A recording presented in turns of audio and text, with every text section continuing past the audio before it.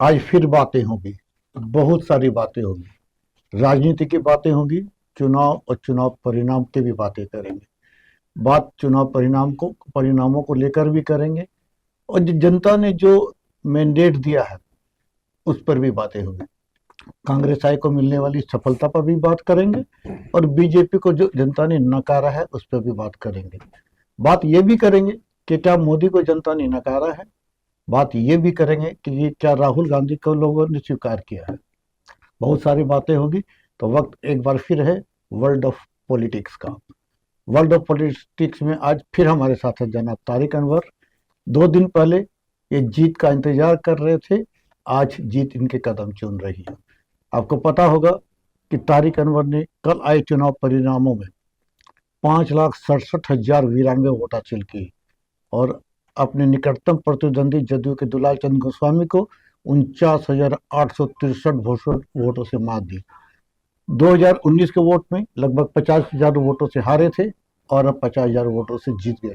कह सकते हैं बदलाव पूरा हो गया। तो बातें करेंगे, बहुत सारी बातें होंगी। बने रहेगा हमारे साथ अंतिम तक। बहुत सी जानकारियां भी मिलेगी, और बहुत से हम लोग बहुत सी मुद्दों पर हम लोग विश्लेषण भी करेंगे। तो तारिक साहब, आपका एक बार फिर स्वागत है। सबसे पहले केबीसी न्यूज़ से जीत मुबारक आपको। धन्यवाद, बहुत बहुत धन्यवाद। तारिक साहब, सबसे पहले बात, कटिहार की जनता छठी बार आपको लोकसभा भेज रही है, कैसा महसूस कर रहे हैं आप? देखिए, हर जीत खुशी का पैगाम लेकर आती है, और इसके लिए मैं पूरे कटिहार वासियों के प्रति और मतदाताओं के प्रति अपना आभार प्रकट करना चाहता हूं, और दिल की गहराइयों से उनको धन्यवाद देना चाहता हूं कि उन्होंने छठी बार मुझे कटिहार का नेतृत्व करने का या प्रतिनिधित्व करने का मौका दिया।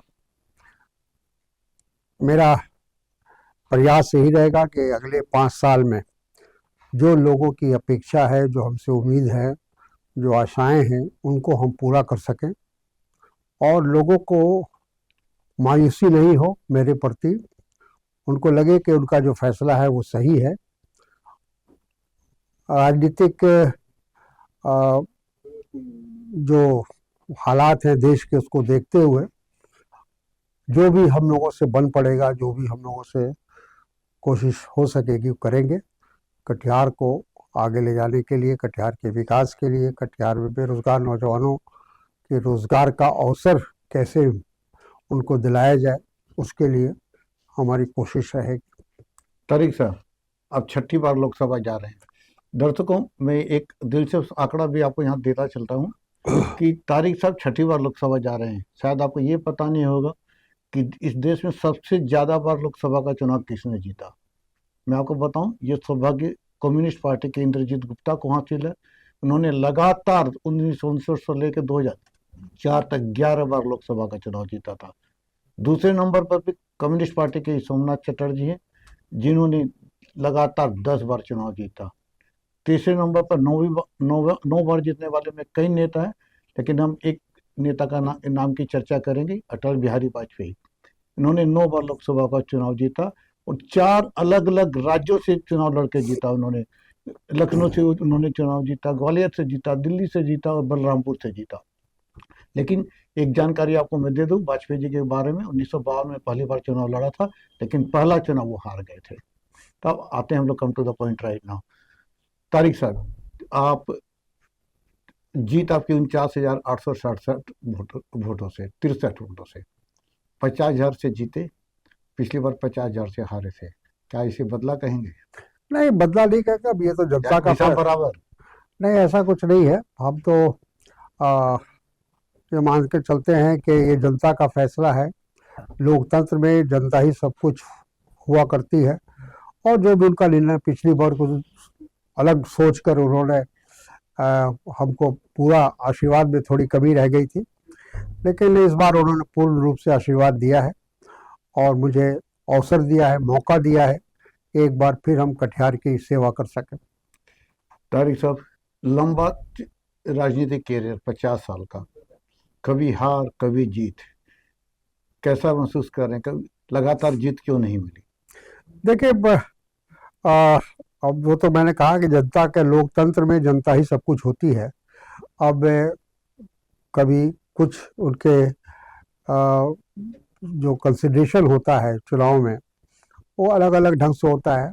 फिर देश का माहौल भी लोगों ने बिगाड़ने की कोशिश की। हमारे चुनाव को हमेशा सांप्रदायिक एक रंग देने का प्रयास हुआ, उसका भी मुझे नुकसान हुआ है, मैं मानता हूँ इस बात को।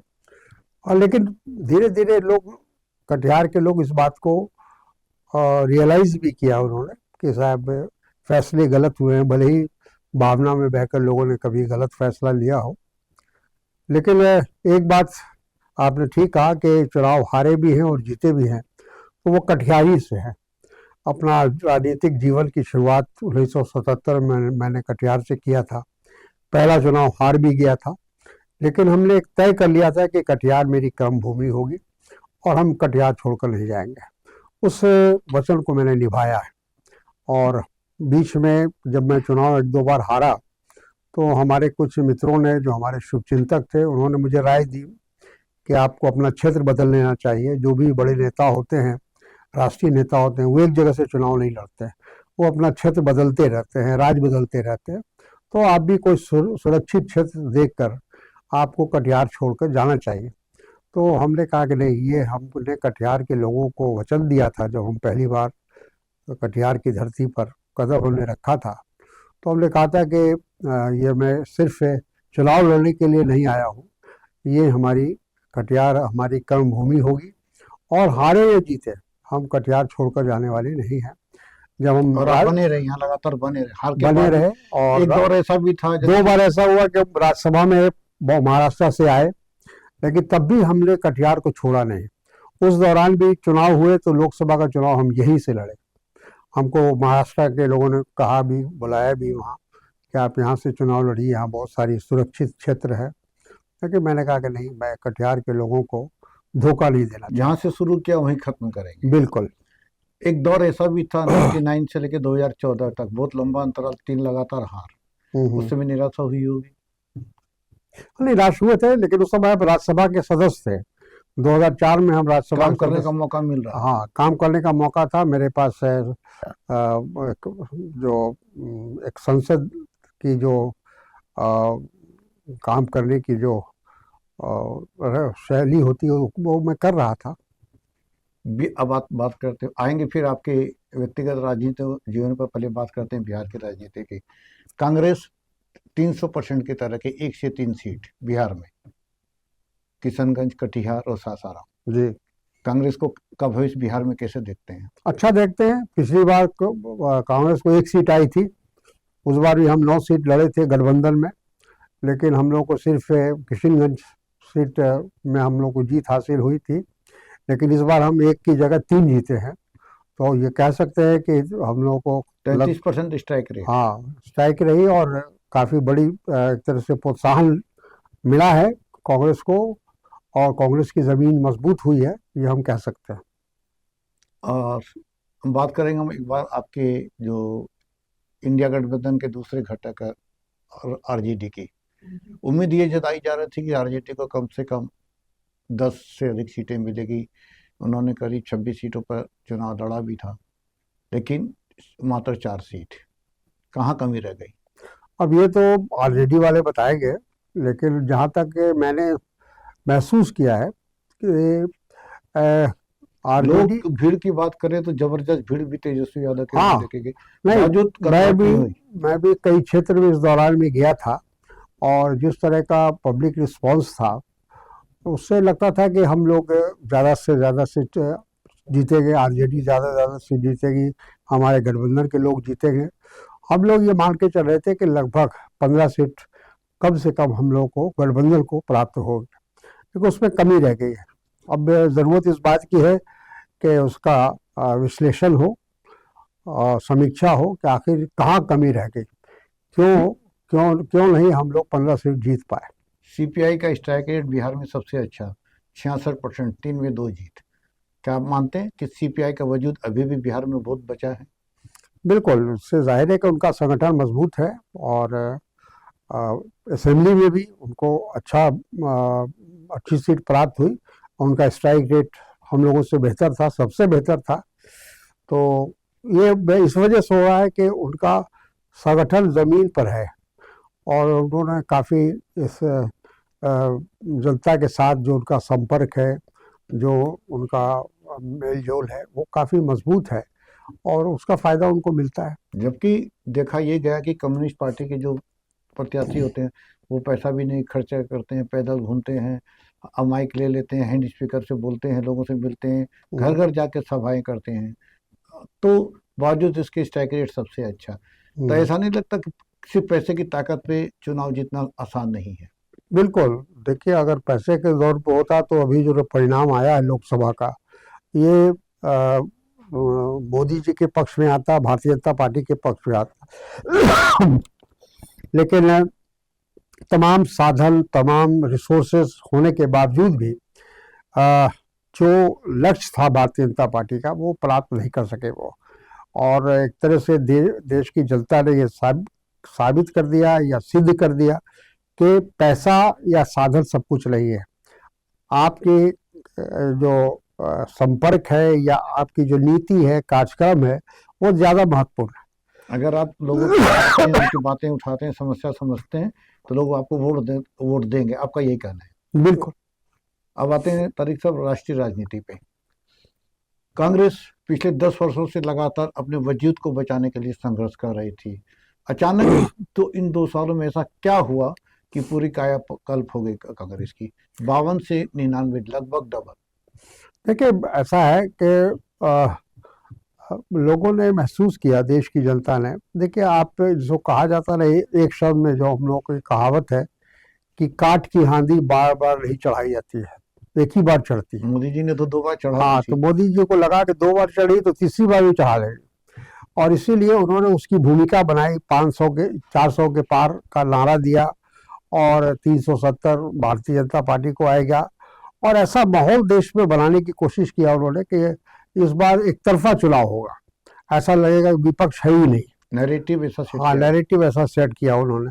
लेकिन हमको लगता है कि ये हमारे narrative देश चला नहीं। की जनता शायद एक पढ़ी लिखी कम हो, लेकिन उसकी सूझबूझ में कमी नहीं है, राजनीतिक सोच में कमी नहीं है। और जब जब ऐसा हुआ है, आप देखिए आज से नहीं, आज़ादी के बाद कई बार ऐसे अवसर आए जब देश की जनता ने फैसला जब ले लिया तो फिर उसको पूरी तरह से उसका कार्यान्वयन किया, और सामने वाले को या जो सत्ता में लोग थे जो इस अहंकार में थे कि हमारी सत्ता नहीं जा सकती, हमारी हुकूमत नहीं जा सकती, उनको ये बता दिया कि ये लोकतंत्र है और यहाँ जनता की ही का फैसला अंतिम फैसला होता है। क्या राहुल गांधी की दोनों यात्राओं ने भी काम किया? बिल्कुल, राहुल जी ने जितनी मेहनत की है पिछले 10 सालों में, मैं समझता हूँ कि विपक्ष में और कोई ऐसा नेता नहीं है जिन्होंने मतलब एक तरह से इतिहास बनाया उन्होंने। जो इतनी बड़ी भारत जोड़ो यात्रा, करीब 5,000 किलोमीटर पैदल चले वो, और हर मौसम में चले, गर्मी हो, बरसात हो, बर्फ़ गिर रही हो, ठंड हो, उसमें उस चीज़ों को नज़रअंदाज करते वो चलते गए। और मेरा ख्याल है कि तभी लोगों उनसे प्रभावित भी हुए। लोगों को लगा जो उनके बारे में जो झूठा प्रचार भारतीय जनता पार्टी के द्वारा लगातार किया जा रहा था कि वो तो राजनीति में उनकी कोई दिलचस्पी नहीं है, वो राजनीतिक व्यक्ति नहीं है, और बहुत सारी बातें उनके बारे में नेहरू लेकिन अब ये परिवार। परसेप्शन बदल गया। हाँ, लेकिन उनके जो भारत जोड़ो यात्रा और बाद में भारत न्याय जोड़ो यात्रा, न्याय यात्रा। हाँ, इन 2 यात्रा से उन्होंने पूरे देश में उनकी तस्वीर, उनका उनके बारे में जो एक गलत कांग्रेस को जिंदा कर दिया। बिल्कुल।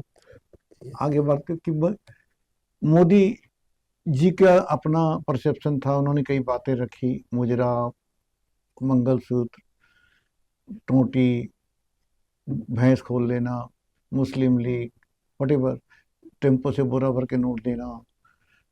इधर राहुल गांधी, बेरोजगारी, महंगाई, गरीबी और संविधान। क्या लगा कि लोगों ने राहुल गांधी की बात पे विश्वास किया? बिल्कुल, देखिए असली मुद्दा जो है इस देश का आज की तारीख में, वो यही था कि महंगाई, बेरोजगारी, भ्रष्टाचार, गरीबी, बढ़ता हुआ अन्याय, ये सब जो है लोगों इससे अलग अलग ढंग से लोग प्रभावित थे। और सभी लोग इस बात को महसूस कर रहे थे। लेकिन हमेशा भारतीय जनता पार्टी का जो अपना एक तरीका है काम करने का, वो भावनात्मक इश्यूज को लाते हैं, धार्मिक इश्यूज को आप लाते ये हैं। मानते हैं कि लोगों ने बेरोजगारी, गरीबी और महंगाई की कमजोरी, जो कमियां हैं, उसको माना, स्वीकार किया, आगे बिल्कुल। आई, वोट किया, और संविधान को बदलने के लिए वोट किया। हाँ, जो इनका 5 किलो का अनाज का जो फार्मूला था, या जिस ये समझ रहे थे कि हम लोगों को 5 किलो अनाज देकर उनका वोट हासिल कर लेंगे, वो भी लोगों ने नकार दिया। नहीं नहीं, लेकिन तो और राहुल गांधी ने भी उन्होंने 10 किलो अनाज का ऑफर किया था। नहीं किया, भले देरी से क्या, लेकिन नहीं, किया तो था। हम व्यक्तिगत रूप से मैं उसके भी पक्ष में नहीं था, लेकिन ठीक है, वो पार्टी का फैसला था, पार्टी ने निर्णय लिया था कि जो देश की हालत है, आज देश की जो गरीबी है, आज अब आप सोचिए कि 81 करोड़ लोगों को प्रधानमंत्री 10 साल में अगर कोई उपलब्धि कही जाए उनकी, यही है कि 81 करोड़ इस देश की जनता के हाथ में कटोरा थमा दिया उन्होंने, और वो भीख पर और ठीक, तब तो दया पर निर्भर है, तो कांग्रेस सरकार को की 10 दया किलो पर। 10 किलो अनाज देके तो और ज्यादा इस नहीं, स्थिति वो को सही बढ़ा है, सकता। लेकिन मैं समझता हूँ कि वो तो जब कोई चीज का एक क्या कहेंगे तुलना होती है या कंपटीशन होता है, तो वैसे आप कुछ ऐसे फैसले लिए जाते हैं। लेकिन ये यानी आपका कहना है कि हाँ, राहुल गांधी का तुम 5 किलो अनाज लेकिन दे ये दो, फैसला हम लोग अपने घोषणा पत्र में नहीं दिया था। हाँ, घोषणा वो पत्र। हमारे राष्ट्रीय अध्यक्ष ने ये घोषणा की थी कि अगर हम लोग की सरकार आएगी तो हम 5 को 10 करेंगे, 10 किलो क्योंकि करेंगे। हमारे अगर आप पास 5-10 किलो अनाज लेके हाँ, खुश हो तो 10 किलो लेकिन लो। चूंकि 5 किलो अनाज पर्याप्त नहीं है, आए एक परिवार के लिए 5 किलो का अनाज पर्याप्त नहीं है। अगर आपको देना ही है तो इतना दीजिए कि उसका पेट भरे, उसके बाल बच्चों का पेट भरे। दो तुलनात्मक बातें मैं करने जा रहा हूँ। बीजेपी को 240 सीट मिली, लार्जेस्ट सिंगल पार्टी। कांग्रेस आई 99, आधी से भी कम। बावजूद उसके आप मान रहे हैं या लोग मान रहे हैं कि कांग्रेस को बहुत सफलता और बीजेपी को हार, ऐसा क्यों? ऐसा इसलिए कि जैसा इन्होंने शुरू से एक माहौल बनाया था भारतीय जनता पार्टी ने, और विशेष रूप से मोदी जी ने पार्लियामेंट के अंदर जो उनका अंतिम भाषण था, उसमें ये उन्होंने ये घोषणा की थी कि हम 400 के पार जा रहे हैं और 370 अकेले को भारतीय जनता पार्टी लाएगी। तो गलतफहमी तो उन्होंने पैदा किया था, देश में एक भ्रम पैदा किया, क्रिएट किया वो नहीं। हाँ, हाइप पैदा कर दिया। और जनता फैसला ले चुकी थी, जनता का अपना फैसला था, और जनता के फैसले पर ये अपना फैसला लादना चाहते थे, जो जनता ने स्वीकार नहीं किया। एक अलग सवाल, ये सच है कि राहुल गांधी को बीजेपी वालों ने या समझे विपक्ष वालों ने, सत्ता पक्ष ने पप्पू के नाम से ऐसा बना दिया था कि लोग मानने लग गए थे। लेकिन चलिए ये तो मान लेते हैं हम लोग, ये सही नहीं था। लेकिन ऐसा तो सच था कि राहुल गांधी 24 फुल टाइम राजनीति वर्कर नहीं थे 2-3 साल पहले की अगर हम लोग बात करें तब। लेकिन अब बदलाव दिखता है राहुल गांधी में, ऐसा कैसे हो गया? नहीं, देखिए, ऐसा बात नहीं है। हर आदमी के काम करने की शैली अलग होती है, और वो अपने ढंग से काम कर रहे थे, और उनकी इमेज को खराब करने के लिए भारतीय जनता पार्टी ने पूरी एक योजना बनाई, और उस पर हजारों करोड़ रुपया खर्च किया गया। ऐसा नहीं हुआ कि फ्री में हो गया। वो तो वो पूरे देश में और राष्ट्रीय नेशनल स्तर पर भी और इंटरनेशनल स्तर पर भी उनकी इमेज को गिराने की कोशिश हुई। लेकिन वो आदमी अपनी जगह से टस से मस नहीं हुआ। अगर दूसरा कोई भी व्यक्ति होता तो शायद वो डिमोरलाइज हो जाता, या घर बैठ जाता, या निष्क्रिय हो जाता। लेकिन राहुल गांधी ने यह साबित किया कि तमाम अटैक के बावजूद, तमाम झूठे प्रचारों के बावजूद, वो अपनी जगह पर अटल रहे, और उन्होंने समय पर ये दिखाया कि उनके अंदर नेतृत्व करने की क्षमता है। यही तुलनात्मक दो प्रश्न हैं मोदी जी को लेकर भी। मोदी जी को लेकर मोदी जी ने 370 का नारा दिया, आवाज उठाई कि आप एक एक वोट मोदी को ताकत देगा, मोदी की गारंटी की भी बातें कही, देश को सुरक्षा देने का भी दावा किया, और देश को तीसरी शक्ति, आर्थिक शक्ति बनाने की भी बातें कही, विकास के बड़े बड़े दावे किए। जनता ने 303 से 240 पे लाके अटका दिया, नंबर एक। नंबर दूसरा, मोदी जी ने पिछली बार लगभग 5.5 लाख वोटों से जीत हासिल की थी, इस बार मात्र 1,54,000 से। अजय राय जैसे प्रत्याशी ने उनको उनकी जगह पर लाके खड़ा कर दिया। जबकि मोदी जी की तरफ से दर्जनों मुख्यमंत्री, बड़े बड़े नेता लगे थे, वो कांग्रेस आई ने कोई विशेष काम ने वहां नहीं किया था। एक आध बार प्रियंका या राहुल गांधी गए, लेकिन बहुत ज़्यादा काम नहीं किया था। अगर क्या ऐसा क्या इसमें दो सवाल है। पहला सवाल, क्या लगता है कि मोदी जी को 1,54,000 रुपये ला के टिका देना इतने प्रयास के बावजूद जनता ने मोदी को सीधे इनकार किया, नकारा? नंबर 2, बीजेपी को तो 330 से 240 पे ला के खड़ा कर देना, एग्जिट पोल का इतना बड़ा बड़ा दावा, 400 पार का दावा, सारे शस्त्र, ईडी, सीबीआई, पैसे, मीडिया, चुनाव आयोग तक भी आरोप लगते रहे हैं।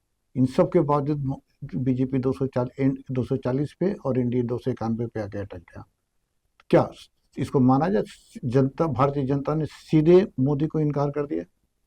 बिल्कुल, देखिए मोदी जी की गारंटी पर किसी का विश्वास नहीं रहा। अगर विश्वास होता तो 370 उनको सीट मिल जाती, और विश्वास नहीं होने की वजह है कि 2014 में जो उन्होंने गारंटी दी थी बेरोजगारी को लेकर, काले धन को लेकर, अच्छे दिन को लेकर, महंगाई को लेकर, ये तमाम चीजों को लेकर जो उनका वादा था देश से कि हमारी अगर सरकार आएगी तो 100 दिनों में हम इन कामों को पूरा करें। 2 करोड़ नौकरी, 15 लाख। हाँ, बिल्कुल।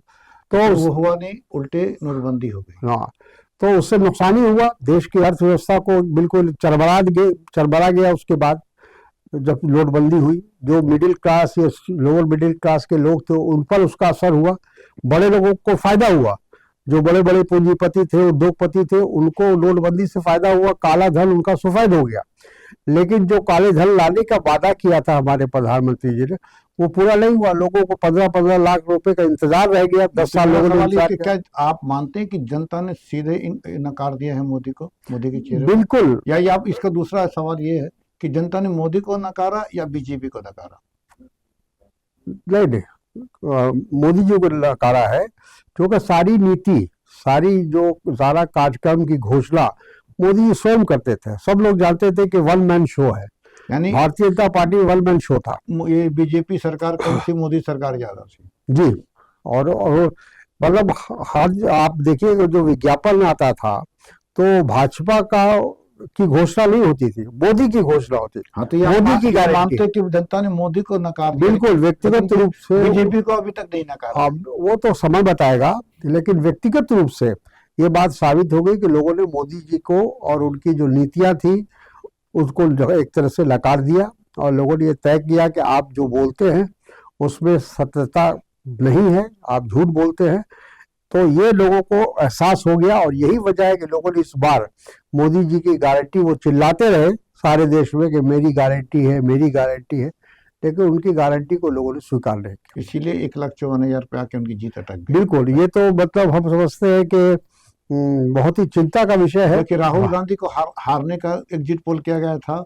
हाँ। उन्होंने रायबरेली से 3,90,000 से जीत हासिल की और वायनाड से 3,64,000 वोट से जीता। बिल्कुल, बहुत बड़ी मार्जिन से जीत हासिल की दोनों सीट से। तो ये कि या तो बीजेपी समझ नहीं पाई राहुल गांधी की लोकप्रियता को, हाँ। या फिर उन्होंने नैरेटिव बनाने की कोशिश की कि कांग्रेस हार रही है। क्या मानते हैं? हाँ, बिल्कुल, उनका यही था कि विपक्ष कुछ है ही नहीं है, कांग्रेस खत्म हो चुकी है। कांग्रेस से जो है हाँ, हम आपको याद होगा कि प्रधानमंत्री जी ने जब भाषण दिया था तो लास्ट उनका जो भाषण था, तो कांग्रेस के लिए जो बात उन्होंने कही थी कि कांग्रेस समाप्त हो गई, और अगली बार लोकसभा के चुनाव के बाद कांग्रेस दर्शक दीर्घा में नजर आएगी, ये उन्होंने कहा था।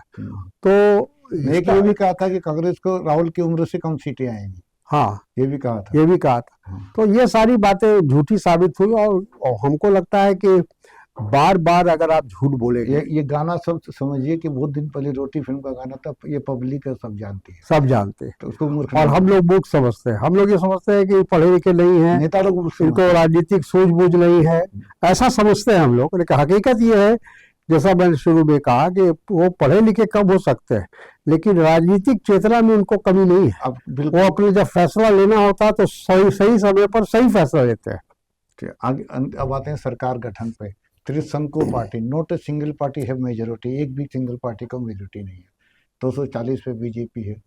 क्या लगता है कि मोदी को जनता ने नकारा, उसके बाद भी मोदी तीसरी बार प्रधानमंत्री बनेंगे? बिल्कुल, हमको लगता है कि अगर उनमें थोड़ी भी नैतिकता है तो उनको साफ इस बात से इनकार करना चाहिए, तीसरी बार उनको शपथ प्रधानमंत्री के रूप मैं में। अपडेट कर देता हूँ, अभी आधे घंटे पहले की राजनीतिक स्थिति क्या है। हाँ कि पहले तय हुआ था कि मोदी जी जाके पहले राष्ट्रपति के पास इस्तीफा दे देंगे और शाम को दोबारा सरकार गठन का ये लेटर देंगे। हाँ लेकिन इस्तीफा देने से उन्होंने मना कर दिया, एक ही साथ दोनों करेंगे, एनडीए की बैठक के बाद इस्तीफा और सरकार गठन का दावा एक साथ ही करेंगे। हाँ ये जो भी जनरल जो परंपरा है उससे बिल्कुल अलग है। बिल्कुल। बस जैसा मैंने कहा कि अगर नैतिकता होती उनमें तो फौरन जैसे ही उनको, जब ये देश की जनता का ये फैसला आ गया कि आपको पूर्ण बहुमत नहीं दिया देश ने, तो आपको जाके अपना इस्तीफा राष्ट्रपति को सौंप देना चाहिए था। लेकिन मैं समझता हूँ कि मोदी जी को नैतिकता के नाम पर कोई चीज़ है नहीं, कभी भी ऐसा उन्होंने किया नहीं। आपको याद होगा कि 2002 में भी गुजरात में जब अटल बिहारी जी देश के प्रधानमंत्री थे, तो उनका जो उस समय का बयान था आज भी लोग उसको भूले नहीं हैं। राजधर्म निभाना। हाँ, जिसमें उन्होंने कहा था कि राष्ट्रधर्म निभाना चाहिए था, राजधर्म निभाना चाहिए था। तो राजधर्म निभाया नहीं था उस वक्त, लेकिन उन्होंने इस्तीफा नहीं दिया, कहा भी नहीं। देखिए, हालांकि कई नेताओं ने उनसे मांग भी की। ये स्मृति ईरानी जो आज बहुत उनके करीबी हैं, उन्होंने भी कहा था कि उनको इस्तीफा देना चाहिए। और भारतीय जनता पार्टी के अंदर कई नेताओं ने कहा था। अभी आएंगे उन बातों पर। लेकिन स्थिति तो ये है कि जो राजधर्म निभाता नहीं है वही 25 साल तक देश पे राज करता है। हाँ, तो ये वन मैन शो। तो आएंगे, उस बात पे आएंगे अभी। अच्छा, तो अभी हम लोग आते हैं कि सरकार गठन होने जा रही है। क्या आज जो कांग्रेस की नीति पर बात करते हैं, क्या कांग्रेस दावा करने का सोच रही है सरकार गठन को लेकर? मेरा ख्याल है अभी हम लोग उसमें कोई जल्दबाजी नहीं करेंगे। और मेरा अपना ये है कि पहले अपने जो गठबंधन के लोग हैं और गठबंधन की जो पार्टियां हैं उसके जो नेता हैं उनके साथ बैठकर विचार विमर्श होगा कि ऐसी परिस्थिति में हमें क्या करना चाहिए। और जहाँ तक हमें मेजोरिटी मिली नहीं है, हमें जनता का जनादेश मिला नहीं है, सरकार बनाने के लिए तो नहीं मिला है, विपक्ष में बैठने का मिला है। तो वैसी हालत में अगर हम कोई भी ऐसा कदम नहीं उठाएंगे जिससे जनता के आदेश का एक तरह से लोग जनादेश का अपमान नहीं कर सकते, अपमान नहीं सम्मान करना। हमको जो लगता है, मेरे व्यक्तिगत जो रहा है, ठीक है, बाकी हालांकि हमारी पार्टी हमारा नेतृत्व उसको फैसला करेगा कि ऐसी परिस्थिति में क्या होना चाहिए। दबाव बहुत है, आज देश के कोने कोने से हम लोगों के पास ये खबर आ रही है, लोग संपर्क कर रहे हैं। समर्थक तो चाहेंगे कि सरकार बनाए, लेकिन जो नीतिगत पार्टी तो जनता का जो आदेश है उस आदेश का हम लोग सम्मान करेंगे, विश्लेषण करने के बाद जो निर्णय लेंगे वो करेंगे। हाँ बिल्कुल। 2-3 बातें प्रधानमंत्री को लेकर। मोदी जी 2002 से सिंगल मैन में मंत्री रहे हैं, चीफ मिनिस्टर की बात हो या फिर प्राइम मिनिस्टर की बात, कभी भी उन्होंने कोलिशन गवर्नमेंट नहीं चलाई, कभी भी नहीं। क्या आज की तारीख तो कोलिशन गवर्नमेंट की है, क्या वो चला पाएंगे? मुश्किल होगा। देखिए, उनकी जो आदत बन गई है, कहा जाए कि आपने जैसा कहा कि 10 साल मुख्यमंत्री के रूप में और 10 साल प्रधानमंत्री के रूप में, जो एक जो कहा जाए कि डिक्टेटर वाला एटीट्यूड उनका है, मैं जो कहता हूँ वही कानून है, मुख्य कानून। हाँ, मुख्य कानून, बस। तो जब उनका ये स्टाइल ऑफ वर्किंग है, वैसी हालत में दूसरी पार्टियों को विश्वास में लेकर चलना आसान नहीं है। आप देखिए कि उनके साथ जो भी परंपरागत उनके साथ थे शुरू से, भारतीय जनता पार्टी के साथ, उन एक एक करके उनको समाप्त कर दिया उन्होंने, या हटा दिया, गठबंधन से बाहर कर दिया। चाहे वो उद्धव ठाकरे हो, चाहे वो अकाली दल हो, नायडू भी चले गए थे, अभी वापिस आए हैं, और ऐसे कई लोग हैं, नीतीश जी कई बार गए, कई बार आए। तो ये अपने लोगों को जोड़ के रखने की जो एक क्षमता होती है या कला होती है, हमको नहीं लगता है कि इनके अंदर है, क्योंकि इनका जो माइंड सेट है वो एक डिक्टेरियल माइंड सेट है। 2-3 जो हम कहेंगे वही सही।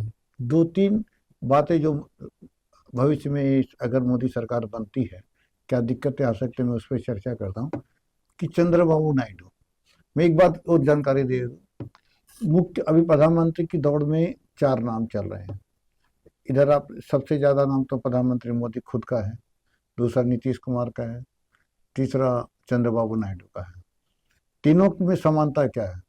तीनों ही नेता फाइनेंशियल ईयर 1950-1951 यानी 1 अप्रैल से लेकर 31 मार्च 1951 में पैदा हुए हैं, तीनों ही सेम फाइनेंशियल एक एज ग्रुप एक ही है। हाँ, 20 अप्रैल 1950 को चंद्रबाबू नायडू सबसे बड़े, मोदी जी से 5 साल बड़े हैं। 17 सितंबर 1950 नरेंद्र मोदी, और 1 मार्च 1951 नीतीश कुमार। एक फाइनेंशियल ईयर में तीनों की पैदाइश है, ये 3 नाम सबसे आगे हैं। अब मतलब दिक्कतें क्या है कि चंद्रबाबू नायडू की पॉलिटिक्स मुस्लिम आरक्षण को लेकर चलती है। गोधरा कांड में उन्होंने एक समय अटल बिहारी वाजपेयी के वो तुरुप के पत्ता हुआ करते थे। जब वाजपेयी जी, जब जयललिता नाराज हो जाती थी तो वाजपेयी जी चंद्रबाबू नायडू को ही जयललिता को मनाने के लिए भेजा करते थे। लेकिन गोधरा कांड के बाद चंद्रबाबू नायडू गुस्सा होकर बीजेपी से चले गए, ठीक है। उसके बाद ये हुआ कि आज भी उन्होंने जो ये उनको जनमत मिला है, जनादेश मिला है, मुस्लिम आरक्षण के बल पे ही मिला है। एक तरफ मोदी मुस्लिम आरक्षण के विरोधी हैं और एक तरफ चंद्रबाबू नायडू मुस्लिम आरक्षण उनका बेसिक रिक्वायरमेंट है। कैसे संभव होगा? मुश्किल है। देखो, वही तो कॉन्ट्रडिक्शन है। अब पहले तो इनको सरकार बनाने से पहले कॉमन मिनिमम प्रोग्राम बनाना पड़ेगा, और जिसमें सभी जो गठबंधन है उनकी सहमति लेनी होगी। अब वो पहली बात वाली बात नहीं है कि जो भारतीय जनता पार्टी ने या मोदी जी ने फैसला कर लिया उसको सब लोग स्वीकार कर लेते थे, क्योंकि बहुमत इतना ज्यादा थी और उनको लगता था कि हम भारतीय जनता पार्टी के सामने खड़े होने की हमारी हैसियत नहीं है, तो सब लोग सर झुकाकर उनकी बात मान लिया करते। लेकिन अब राजनीतिक परिस्थिति बदल चुकी है, तो वैसी हालत में सब लोग अपने अपने कार्यक्रम को या अपनी अपनी नीतियों को, अपनी शर्तों को वो गठबंधन में रखेंगे। और जैसा आपने कहा, वो मुश्किल होगा सरकार चलाना, गठबंधन की सरकार चलाना और एक पार्टी की सरकार चलाना, इसमें बहुत अंतर होता है। मोदी के सामने मोदी की राह में एक और दिक्कत है। उस दिक्कत का नाम है आरएसएस। आरएसएस से पिछले 2 सालों में देखने को मिला कि मोदी की बनी नहीं, लेकिन चूंकि मोदी की लोकप्रियता का मीडिया द्वारा इतना हाइप क्रिएट किया गया था कि आरएसएस बैकफुट में था, लेकिन अब सब सामने आ गया। अब आरएसएस क्या आड़े आएगा मोदी को हटाने के को लेकर? आ सकता है। जैसा हमको मालूम हुआ है या जानकारी है, मेरा ख्याल मीडिया में भी बात आई है कि आरएसएस ने कहा है कि अगला प्रधानमंत्री कंसेंसस से होगा। कंसेंसस जिसके लिए होगा पार्टी के अंदर उसको देखा जाएगा, और जो गठबंधन के लोग हैं उनसे भी पूछा जाए, उनकी भी राय ली जाए, उनको भी विश्वास में लिया जाए, तभी प्रधानमंत्री का चुनाव हो।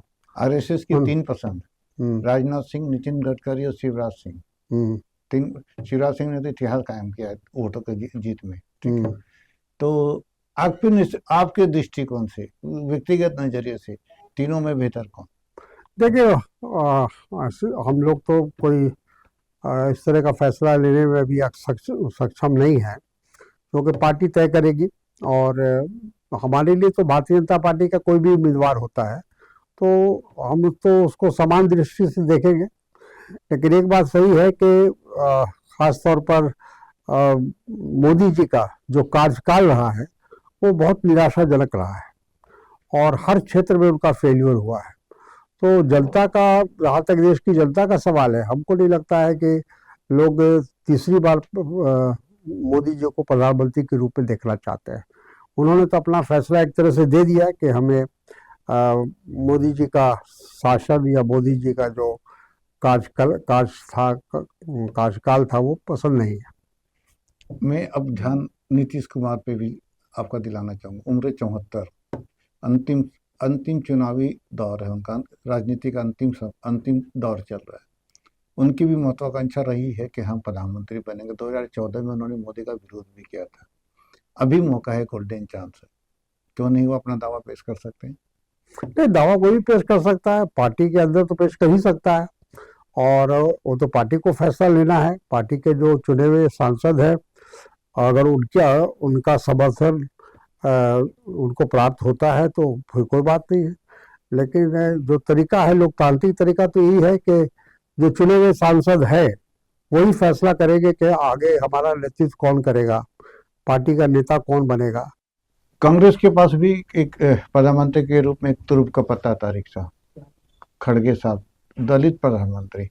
अगर कांग्रेस दलित प्रधानमंत्री के रूप में खड़गे साहब को प्रोजेक्ट करती है तो बहुत से राजनीतिक दल के लोग हैं जो बीजेपी से जुड़े हो, एनडीए से भी जुड़े हो, या नीतीश कुमार खुद ही क्यों ना हो, सब दलित के नाम पे समर्थन में आ जाते हैं। आपने राष्ट्रपति मुर्मू के समय भी देखा होगा कि वही पिछड़ी जाति के नाम पे नीतीश कुमार विपक्ष में होते हुए भी उनके समर्थन में आ गए थे। तो क्या कांग्रेस का एक तरफ का पत्ता काम आएगा? मेरा ख्याल है कि अभी जल्दबाजी होगी किसी फैसले पर पहुंचना, और जैसा मैंने आपको कहा कि जनादेश हमारे पक्ष में नहीं है, और इसलिए हमको बहुत सोच समझ कर कदम उठाने की आवश्यकता है। कोई ऐसा कदम नहीं उठाना है जिससे देश की जनता में ये भ्रम हो जाए कि किसी भी हालत में, किसी भी तरीके से हम सत्ता में आना चाहते हैं, बैकडोर से आना चाहते हैं, तो वो हम नहीं करेंगे। अंतिम व्यक्तिगत आपका सवाल, हाँ, क्या जो आपने कमिटमेंट किए थे कि हम जीतने के बाद जो 5 काम करेंगे वो कायम रहेंगे आप? बिल्कुल रहेंगे, और हमारी कोशिश होगी, क्योंकि ये हमारे लिए भी बहुत ज़रूरी है। और जो एक इस हालत में, जिस हालत में हम चुनाव जीते हैं, तो यहाँ के लोगों का हम जो विश्वास हमने प्राप्त किया है, उस विश्वास को बनाए रखने के लिए भी ये ज़रूरी है कि हम उन कामों को पूरा करें जिसकी अपेक्षा लोग हमसे कर रहे हैं। आप आए तारिक साहब, जीतने के बाद बहुत काम, बहुत व्यस्त है आपकी, फिर भी समय निकाला और आए, इसके लिए केबीसी न्यूज़ की ओर से बहुत बहुत धन्यवाद। केबीसी न्यूज़ की दुआएं होगी हमारे पूरे परिवार की कि आप अपने मकसद में कामयाब हो, जो वादे आपने जनता के साथ पूरे किए वो आप आराम से पूरे कर पाए, ताकि जनता का भी काम हो और आपके वादे भी पूरे हो। धन्यवाद, सबा खैर, गुड नाइट। बहुत बहुत धन्यवाद केबीसी परिवार को, धन्यवाद आपको विशेष रूप से धन्यवाद कि दूसरी बार आपने मुझे अवसर दिया यहाँ बुलाकर और विस्तार से हमारी बात को सुनने का काम किया। धन्यवाद तारिक साहब, उम्मीद करेंगे फिर आप आते रहेंगे और हमारी मुलाकात इसी प्रकार होती रहेगी। एक बार फिर सभी दर्शकों को हमारा धन्यवाद, शुक्रिया।